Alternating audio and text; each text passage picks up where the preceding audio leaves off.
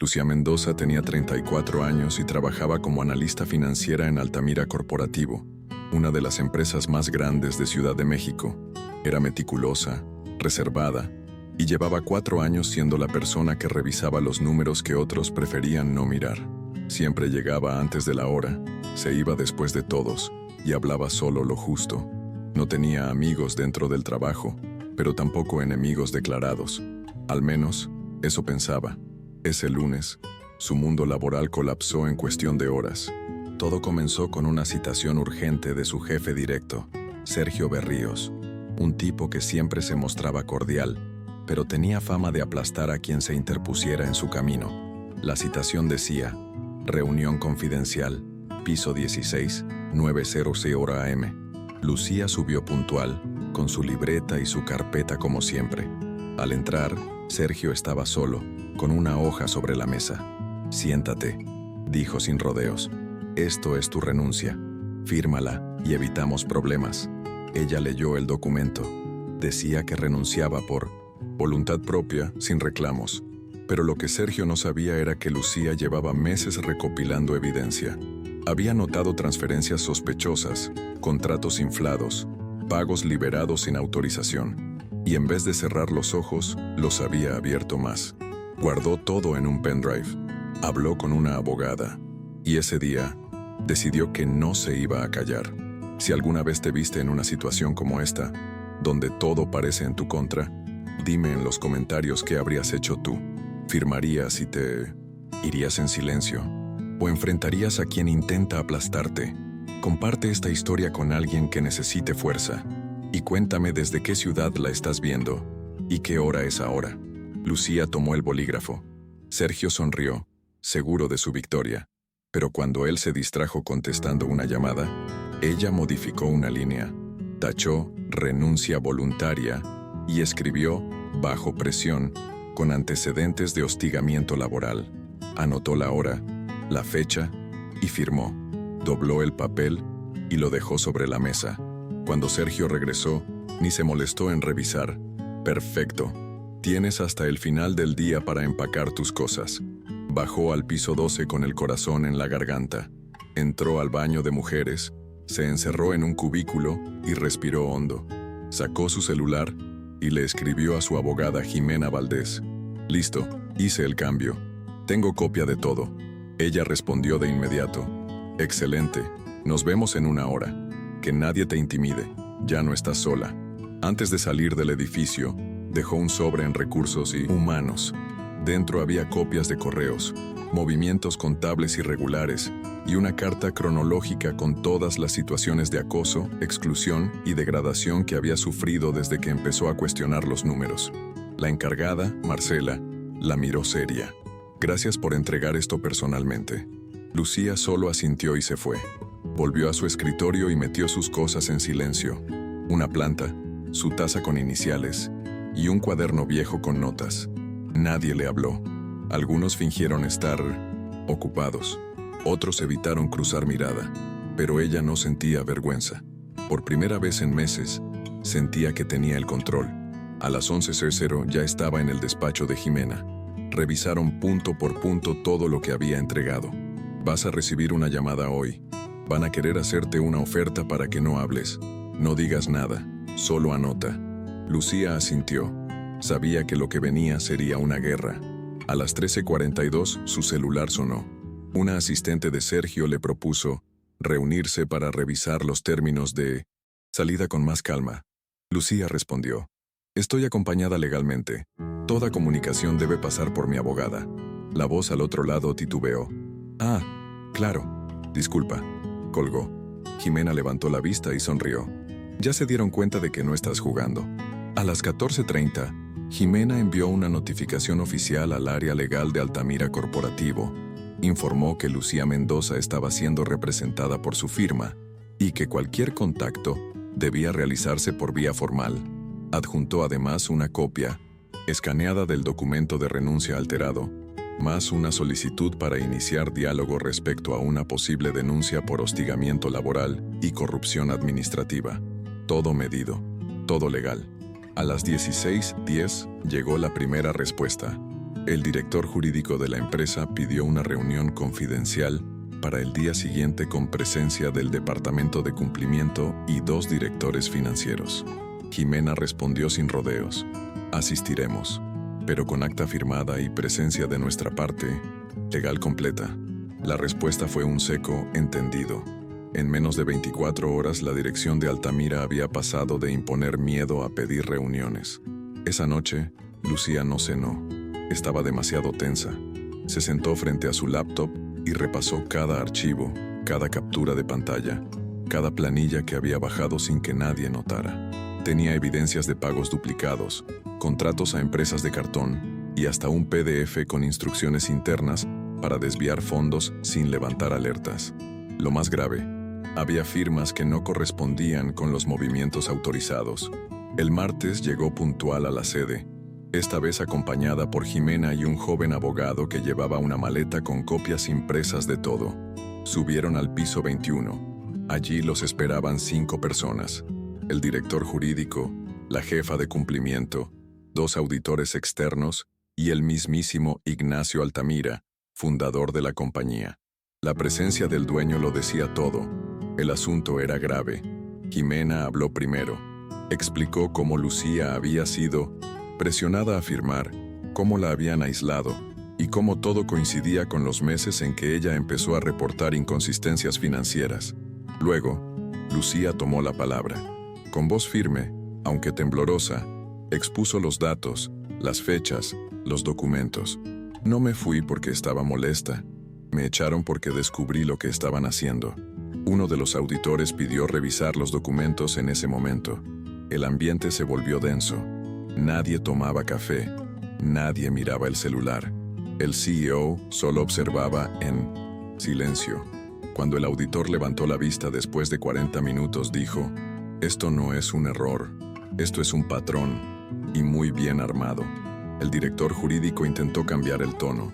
Queremos resolver esto de forma interna, sin escándalo. Pero Jimena no cedió. Lucía no busca venganza, busca justicia y transparencia. Eso no se negocia a puertas cerradas. Ignacio Altamira se levantó y pidió 5 minutos de receso. Salieron todos menos Lucía y Jimena. Mientras esperaban, Lucía sintió por primera vez que había tocado una fibra real. No era solo una empleada incómoda, era la que estaba revelando un esquema que podía hundir a varios ejecutivos. Y aunque temía por su futuro, algo dentro de ella decía que había hecho lo correcto. Cuando regresaron, Ignacio Altamira habló por fin. Vamos a abrir una investigación interna inmediata. Y tú, Lucía, tienes la opción de quedarte como asesora temporal del equipo de auditoría. No puedo prometer nada más hoy, pero te aseguro que nadie va a tocarte sin consecuencias. Lucía aceptó, no porque confiara, sino porque sabía que, ahora, ella tenía las piezas clave. Al salir de la reunión, Jimena le dijo: hoy diste un paso gigante, pero prepárate, porque no todos van a quedarse quietos. Y tenía razón. Esa misma noche, Lucía recibió 2 llamadas desconocidas y un mensaje anónimo que decía: no te metas donde no te llaman. Lo reportaron a la fiscalía de inmediato. Jimena activó contacto con una fiscal especializada en delitos empresariales y se iniciaron medidas de protección cautelar. El miércoles, Recursos Humanos le envió un correo informándole que su estatus había pasado de renuncia voluntaria a licencia administrativa con reserva de puesto, mientras durara la investigación. Era un reconocimiento silencioso de que algo estaba mal. Lucía no respondió el correo. Dejó que hablara su abogada. Ese mismo día, la prensa comenzó a hablar, no con nombres, pero sí con pistas. Un medio económico publicó una nota titulada Altos ejecutivos en la mira por contratos duplicados. Jimena sospechaba que alguien del área de cumplimiento había filtrado información. Lucía, por su parte, se sintió expuesta, pero también validada. Ya no podían enterrarla en silencio. El jueves recibió un correo de una excompañera que había sido despedida meses atrás por bajo rendimiento. En el mensaje decía: yo también vi cosas, y también me hicieron firmar. Si necesitas testigos, cuenta conmigo. Fue el inicio de una bola de nieve. En los días siguientes, 5 personas más escribieron mensajes similares. Había más víctimas. Y ahora, se animaban a hablar. El viernes se programó una nueva reunión, esta vez con presencia de un fiscal observador. Ignacio Altamira dio la cara. Estamos investigando a Sergio Berríos y 2 gerentes más. Si esto se confirma, caerán con todo el peso. Sergio, al enterarse, intentó renunciar, pero ya era tarde. La fiscalía congeló sus cuentas. Fue citado a declarar. Lucía fue trasladada temporalmente a una oficina del piso 9, lejos del ruido, con acceso restringido y protección digital. Desde allí ayudaba a los auditores a entender cómo se movía el dinero dentro de los sistemas. Era experta en detectar lo que no cuadraba, y ahora lo hacía con respaldo institucional. Cada día encontraba algo nuevo. Cada hallazgo era una pieza más del rompecabezas. El lunes siguiente, Sergio fue detenido, no por los datos de Lucía, sino por evasión fiscal en una empresa paralela. Pero lo que ella había entregado fue determinante para abrir el camino. La noticia salió en todos los portales financieros. Lucía no dio declaraciones. Jimena se encargó de todo, pero en la oficina todos sabían. Ya no era la que hacía números, ahora era la que los hizo caer. Ese día, por primera vez, recibió una mirada distinta de sus compañeros. Ya no era miedo, era respeto. Incluso los que nunca le hablaban la saludaron al pasar. No necesitaba elogios, pero sentir que no estaba sola, que no era invisible, fue un alivio que no sabía cuánto necesitaba hasta que lo tuvo. La empresa anunció una auditoría externa. Ignacio Altamira prometió una reestructuración completa del área de finanzas. Lucía recibió una oferta formal para ser jefa del nuevo equipo de control interno. Ella pidió tiempo para decidir, no porque dudara de su capacidad, sino porque necesitaba evaluar si realmente quería seguir en ese lugar. Esa noche, en casa, se sentó frente al computador, abrió una hoja en blanco y escribió: «Hoy, gané, no porque me dieran un cargo, sino porque nadie más va a poder decir que no sabía lo que pasaba». Guardó el archivo y cerró la laptop. Por primera vez en mucho tiempo, durmió sin despertarse a mitad de la noche. El martes siguiente, la fiscalía formalizó una denuncia penal contra 3 altos ejecutivos de Altamira. En la carpeta de investigación figuraban varios documentos proporcionados por Lucía. Ya no era solo un tema interno, era una causa abierta, con número de expediente y seguimiento público. Jimena se lo explicó claro. Esto puede demorar meses, pero tú ya ganaste, porque nadie va a poder borrarte ni silenciarte. Esa misma tarde, Lucía fue invitada a una reunión en la sede de la Universidad Nacional, donde antiguos compañeros de su facultad de contaduría la esperaban. Queremos que cuentes lo que hiciste, que expliques cómo te preparaste, cómo recopilaste pruebas. Ella dudó, pero aceptó. Habló sin victimismo, sin dramatismo. Explicó cómo la vigilancia silenciosa y el detalle técnico fueron su arma. La sala se llenó de aplausos al final. Varios estudiantes se le acercaron después. Uno de ellos le dijo: «Gracias por demostrar que la ética no es solo una palabra en un código». En Altamira, los cambios empezaron a sentirse. Se eliminó el bono por resultados extraordinarios, que Sergio había creado para justificar pagos inflados. Se revisaron todos los contratos firmados en los últimos 3 años, y por primera vez, se creó una oficina de denuncias internas anónimas. Lucía no pedía crédito, pero cada vez que pasaba por el nuevo cartel que decía transparencia y control, sabía que eso existía porque ella no se quebró. Jimena le propuso entonces iniciar un proceso de reparación simbólica. Pide una disculpa pública. Tienen que reconocer lo que hicieron contigo. Lucía dudó. ¿Para qué? Pero después entendió que no era por ella. Era por todas las que habían firmado en silencio. Así que accedió. Ignacio Altamira leyó una carta en el auditorio principal de la empresa. Hoy pedimos disculpas a Lucía Mendoza por no haberla protegido, por no haber escuchado a tiempo, y le agradecemos por mostrarnos que la verdad puede más que el poder. La grabación del acto fue compartida por varios medios. La imagen de Lucía sentada, seria, escuchando sin quebrarse, recorrió redes y foros profesionales. Algunos decían que había sido usada como ejemplo político, otros la defendían. A ella no le importaban los comentarios. Lo que importaba era que, Ahora, nadie más iba a pasar por lo que ella pasó sin saber que podía pelear. Días después, le ofrecieron el puesto de directora de auditoría interna en otra empresa, un banco internacional que la había seguido desde que el caso explotó.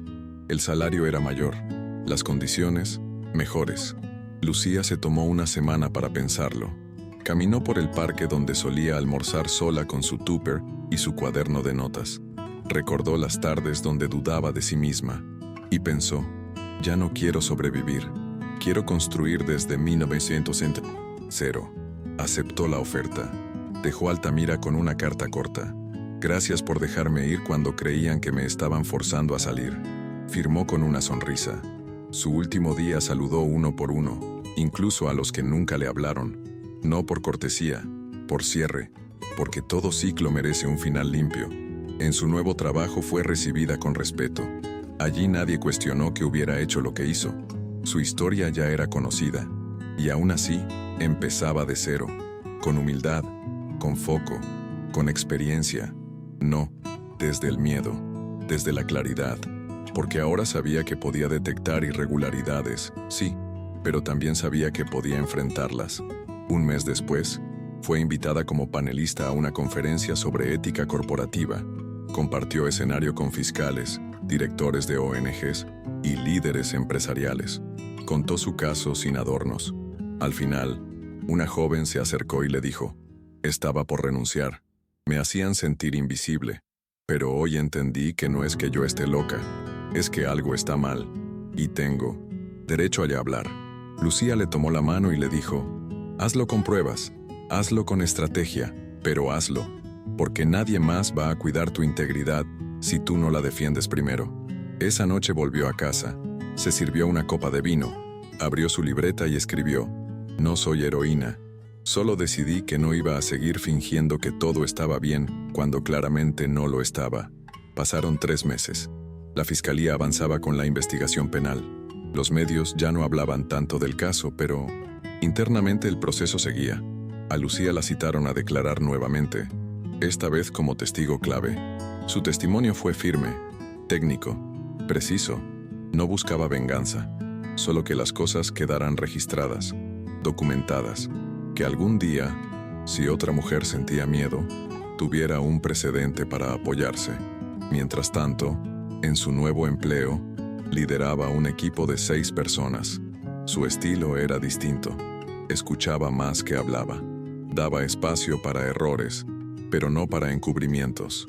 Detectaron un gasto sospechoso en una filial. Lo reportaron, lo corrigieron, y la dirección celebró la transparencia. Lucía sintió por primera vez que estaba en un lugar que no le exigía callarse para sobrevivir. Jimena la llamó un viernes al mediodía. Salió la sentencia contra Sergio. 3 años de inhabilitación, multa económica y antecedentes penales. Lucía no sonrió. Tampoco sintió alivio inmediato. Solo una sensación profunda de cierre. Como si el capítulo por fin tuviera un punto final. Aunque las cicatrices siguieran ahí. Esa noche salió a caminar sola por el centro. Miró la ciudad con otros ojos. Ya no era el lugar donde se quebró, era donde decidió levantarse. Ese mismo fin de semana escribió un artículo para una revista de negocios. La ética no es un lujo, es una defensa personal. Contó sin dar nombres cómo una empleada común había frenado un esquema de millones. El artículo fue compartido en LinkedIn, universidades y redes profesionales. Docentes lo usaron como caso de análisis. Jóvenes le escribían preguntando cómo prepararse para hacer lo mismo. Ella respondía uno por uno. No se trata de tener valor, se trata de no rendirse cuando todo te quiere empujar a hacerlo.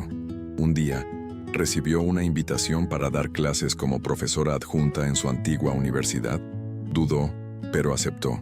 Se convirtió en mentora de futuros auditores, contadores y analistas.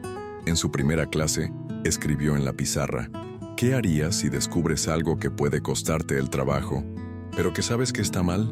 Nadie respondió al principio. Luego uno dijo, no lo sé, pero sé que no lo ignoraría. Ella asintió. Con eso basta. En casa, Lucía tenía una libreta donde anotaba frases sueltas, recuerdos de los días difíciles. nombres de quienes la apoyaron y de quienes callaron, no por rencor, sino para no olvidar. Cada tanto la abría y agregaba una línea nueva, no con ira, con memoria, porque entendía que la verdad no siempre duele, a veces sana. Su historia también llegó a foros internacionales. Fue invitada a un panel de la ONU sobre protección a denunciantes en entornos corporativos.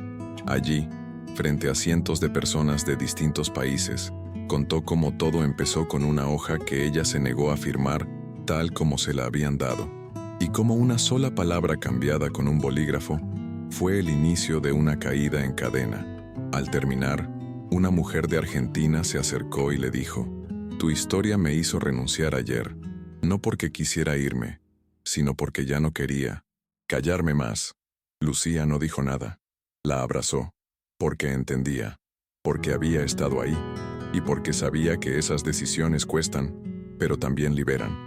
A veces, en reuniones de su nueva empresa, aún siente cierta tensión cuando se cuestiona alguna cifra o se señala una anomalía, pero ahora la miran distinto, como alguien que sabe lo que dice, y no por fama, sino por experiencia. Su voz, antes ignorada, ahora es escuchada, y lo más importante, ya no necesita gritar para que la escuchen. Basta con que hable. El aniversario de su salida de Altamira llegó sin festejos, pero con una sensación distinta. Lucía se regaló una tarde libre. Fue a la cafetería donde solía ir cuando todo estaba mal. Pidió lo mismo de siempre: té de Jamaica y pan de plátano.